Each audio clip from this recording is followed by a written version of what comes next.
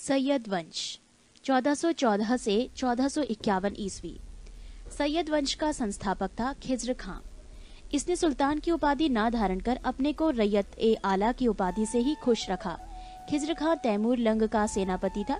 भारत से लौटते समय तैमूर लंग ने खिज्र खां को मुल्तान, लाहौर एवं दीपालपुर का शासक नियुक्त किया।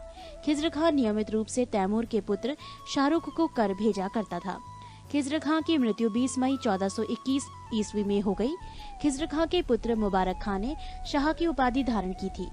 याहिया बिन अहमद सरहिंदी को मुबारक शाह का संरक्षण प्राप्त था। इसकी पुस्तक तारीख मुबारक शाही में सैयद वंश के विषय में जानकारी मिलती है। यमुना के किनारे मुबारकबाद की स्थापना मुबारक शाह ने की थी। सैयद वंश का अंतिम सुल्तान अलाउद्दीन आलम शाह था। सैयद वंश का शासन करीब 37 वर्षों तक रहा। लोदी वंश 1451 से 1526 ईस्वी। लोदी वंश का संस्थापक बहलोल लोदी था।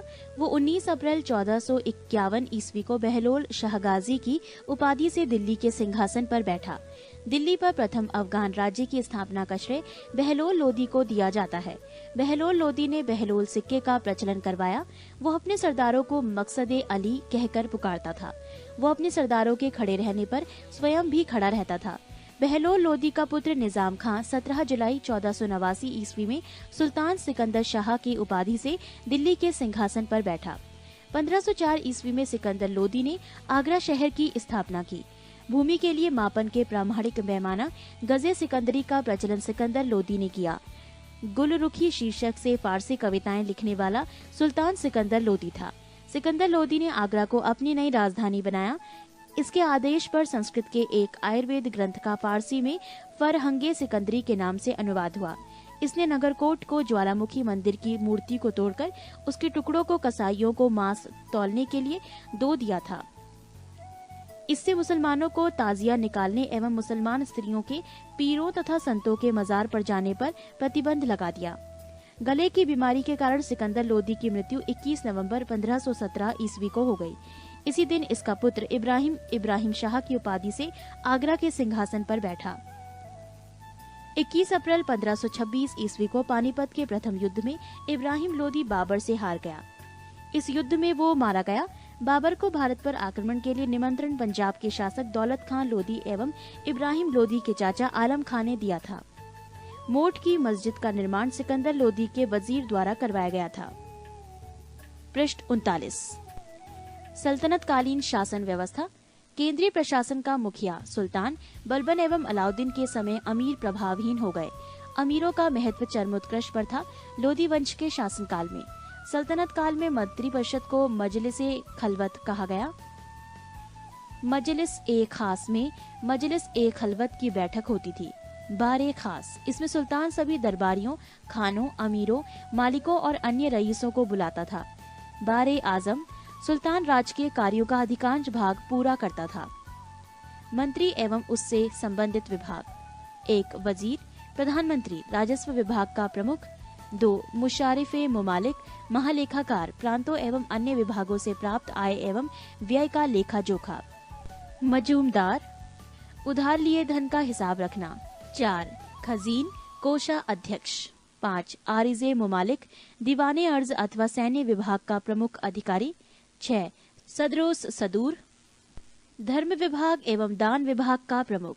7 काजी उल कजात, सुल्तान के बाद न्याय का सर्वोच्च अधिकारी। 8 बरीदे मुमालिक, गुप्तचर विभाग की प्रमुख अधिकारी।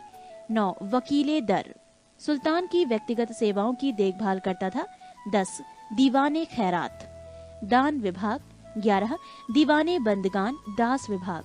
12 दीवाने इस्तिहाक, पेंशन विभाग।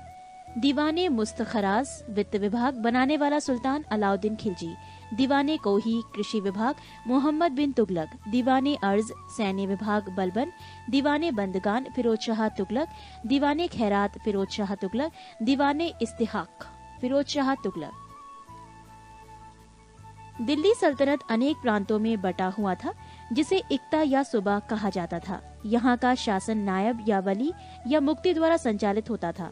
इक्ताओं को शिको जिलों में विभाजित किया गया था, जहाँ का प्रमुख अधिकारी शिकदार होता था, जो एक सैनिक अधिकारी था। शिकों को परगनों में विभाजित किया गया था। आमिल परगने का मुख्य अधिकारी था और मुशारिफ लगान को निश्चित करने वाला अधिकारी। एक शहर या 100 गांवों के शासन की देखरेख अमीर सदा नामक अधिकारी करता था। प्रशासन की सबसे छोटी इकाई ग्राम होता था। सुल्तान की स्थायी सेना को खास खेल नाम दिया गया था। मंगोल सेना के वर्गीकरण की दशमलव प्रणाली को सल्तनतकालीन सैन्य व्यवस्था का आधार बनाया गया था। राजस्व कर व्यवस्था। उश्र मुसलमानों से लिया जाने वाला भूमि कर, खराज गैर मुसलमानों से लिया जाने वाला भूमि कर, ज़कात मुसलमानों पर धार्मिक कर, संपत्ति का 40वां हिस्सा, जजिया गैर मुसलमानों पर धार्मिक कर, नोट, खम्स यहाँ लूटे हुए धन, खानों अथवा भूमि में गढ़े हुए खजानों से प्राप्त संपत्ति का 1/5 भाग था, जिस पर सुल्तान का अधिकार था, तथा शेष 4/5 भाग प्राप्त करके उसके सैनिकों अथवा खजाने को प्राप्त करने वाले व्यक्ति का अधिकार होता था। परंतु फिरोज तुगलक को छोड़कर अन्य सभी शासकों ने 4/5 हिस्सा स्वयं अपने लिए रखा।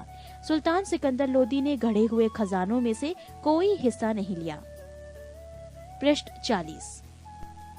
सल्तनत काल में बारूद की सहायता से गोला फेंकने वाली मशीन को मंगलीक तथा अर्राद कहा जाता था।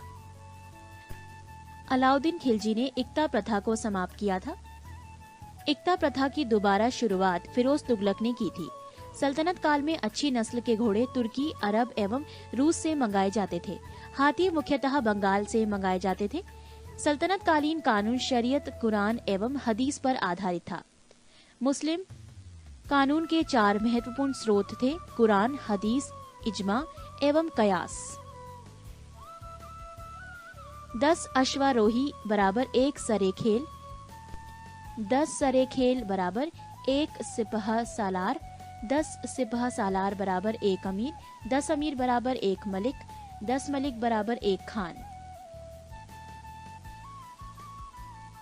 सुल्तान सप्ताह में 2 बार दरबार में न्याय करने के लिए उपस्थित होता था। सल्तनत काल में लगान निर्धारित करने की मिश्रित प्रणाली को मुक्ताई कहा गया है। भूमि की नाप जोख करने के बाद क्षेत्रफल के आधार पर लगान का निर्धारण मसाहत कहलाता था। इसकी शुरुआत अलाउद्दीन ने की थी। पूर्णतः केंद्र के नियंत्रण में रहने वाली भूमि खालसा भूमि कहलाती थी। अलाउद्दीन ने दान दी गई अधिकांश भूमि को छीनकर खालसा भूमि में परिवर्तित कर दिया। देवल सल्तनत काल में अंतर्राष्ट्रीय बंदरगाह के रूप में प्रसिद्ध था।